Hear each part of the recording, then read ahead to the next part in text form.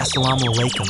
Pada tema Big Bang menurut Al-Quran, dalam episode Islam dan Sains kali ini, dikupas tuntas berdasarkan surah Al-Anbiya ayat 30 yang membahas bagaimana semesta semula adalah satu, kemudian Allah memisahkannya. Para ahli menyebutnya telur kosmik. Kemudian terjadilah Big Bang. Keren gak tuh? Al-Quran yang turun 1400 tahun lalu itu, udah ngomongin Big Bang sob. Dalam ikhtiar menguak kebenaran narasi Tyson itu, saya buru-buru membuka kitab klasik filsuf besar dan literatur modern untuk menghubungkan, tepatnya menggali dan menyelami lebih dalam, terutama, kaitannya dengan kebenaran Al-Quran sebagai pedoman sekaligus sumber primer hipotesa saya. Bukankah Nabi Shallallahu Alaihi Wasallam, sebagaimana diriwayatkan Abu Dawud, mengingatkan kita semua bahwa, barang siapa mengulas Al-Quran tanpa ilmu pengetahuan, maka bersiaplah menduduki neraka. Untuk mendalami, setidaknya mengejar hasrat keingintahuan tentang fenomena alam, dan seperti apa sih proses awal penciptaan semesta, sejatinya semua itu telah tertuang dalam Al-Quranul Karim, di dalamnya berisi konten ilahiyah yang memiliki semangat pendalaman ilmu pengetahuan. Ditambah karya-karya para pemikir Islam klasik yang fenomenal dan up-to-date hingga sekarang. Lebih daripada itu, sudah saatnya pengetahuan tentang kebenaran Al-Quran, diajarkan dengan menggunakan kombinasi dalam perspektif Islam dan sains di lingkungan pesantren. Bahkan, rasanya, pesantren bercorak salafiyah, lebih diutamakan. Paling enggak, kelak, ketika ditanya sama golongan pembenci Islam, apakah Al-Quran tune-in dengan sains terkini? Sambil disenyumin, kita bisa ngejawab secara ilmiah yang nyambungin teks dan konteks Al-Quran maupun hadis Nabi dengan penemuan mutakhir. Coba bayangin bro, gak amazing gimana? Pada abad 6 Masehi, di saat dunia gak jelas dan Eropa percaya tahayul, Al-Quran udah duluan ngomongin soal yang sekarang dinamain Big Bang loh. Hal itu kita bisa pelajari dari teks Al-Quran dalam surah Al-Anbiya ayat 30, yang artinya, apakah orang-orang kafir tidak mengetahui bahwa langit dan bumi, keduanya, dahulu menyatu, kemudian kami memisahkan keduanya, dan kami menjadikan segala sesuatu berasal dari air. Maka tidakkah mereka beriman? Stephen Hawking, fisikawan teoritis yang terkenal dengan teori radiasi Hawking, mendefinisikan Big Bang, yakni, potensi alam, semula berbentuk telur kosmik yang panas dan padat, terus-menerus mengembang, sehingga meledak dengan dahsyat, memuntahkan partikel, tercerai-berai, membentuk, bukan saja langit dan bumi dalam arti dua entitas, tetapi triliunan planet, galaksi dan bintang. Ini semakin menarik bro. Hawking berbicara soal telur kosmik, dan untuk menggambarkan keadaan itu, surah Al-Anbiya ayat 30, seperti yang sudah dibacakan tadi, memilih frasa padu, dan kosakata, kami pisahkan.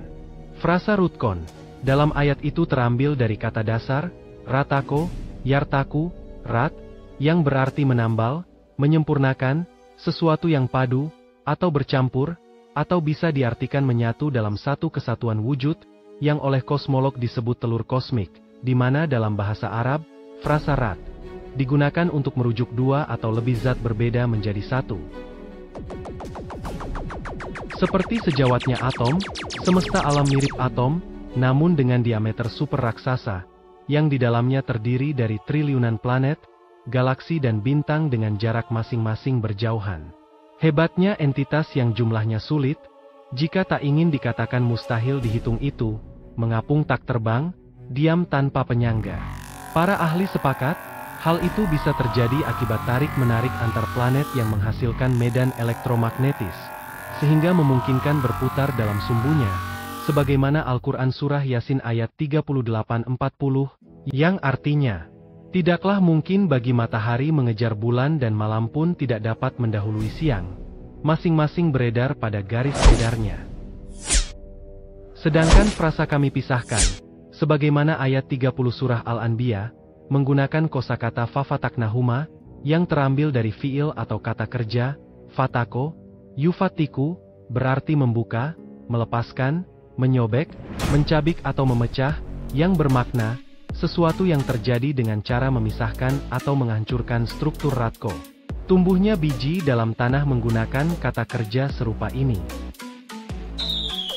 Pusing enggak, diam di bumi yang muter? Yang pusing itu, kalau naik komedi putar di taman bermain anak. Ada juga orang yang suka mual-mual.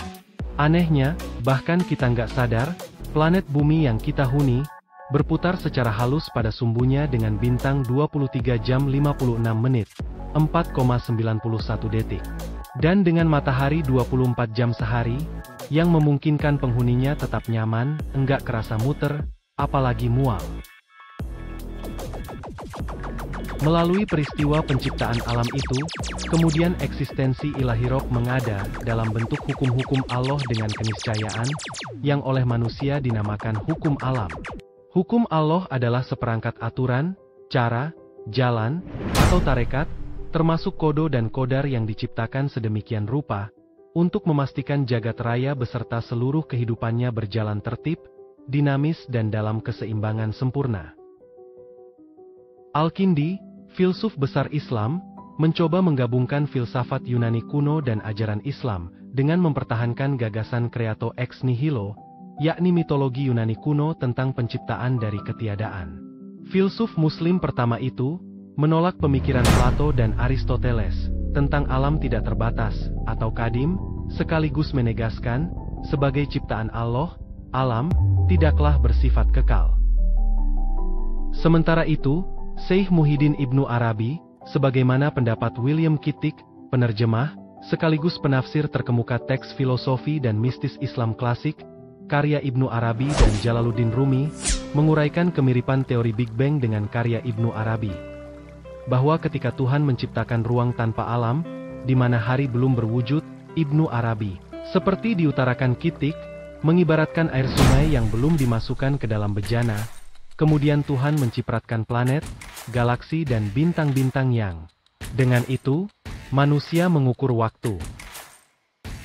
Dalam konteks itu, Ibnu Arabi juga berpendapat bahwa Al-Haq adalah Tuhan Sang Pencipta, Maha Kuasa, Tunggal, dan kekuasaannya meliputi segala sesuatu. Dia wajib al-wujud, dan tak ada wujud selain wujudnya. Akan tetapi Arabi sebagaimana disampaikan Kittig, mengatakan, agar Al-Haq dapat dikenali, maka Allah menciptakan perangkat keras, berupa alam raya beserta seluruh entitasnya, kemudian mengupload perangkat lunak sifat-sifat ketuhanan ke dalam ciptaannya itu. Akibatnya, alam beserta ciptaannya seolah-olah hidup, berkehendak, dan berkuasa, sebagaimana hadis qudsi yang mendasari pendapat Ibnu Arabi. Aku pada permulaannya adalah perbendaharaan tersembunyi, aku ingin dikenali, maka aku ciptakan makhluk, lalu dengan itulah mereka mengenaliku. Kendati Ibnu Taimiyah, Az-Zarkasi dan As-Sakawi, menilai hadis qudsi itu tidak dikenal sanadnya, atau la asyalalahu. Enggak kerasa, 8.30 menit berlalu, waktu emang otoriter. Nanti kita sambung lagi masih dalam episode Islam dan Sains. Sampai jumpa. Saya Gagan Prawira, Assalamualaikum. See you.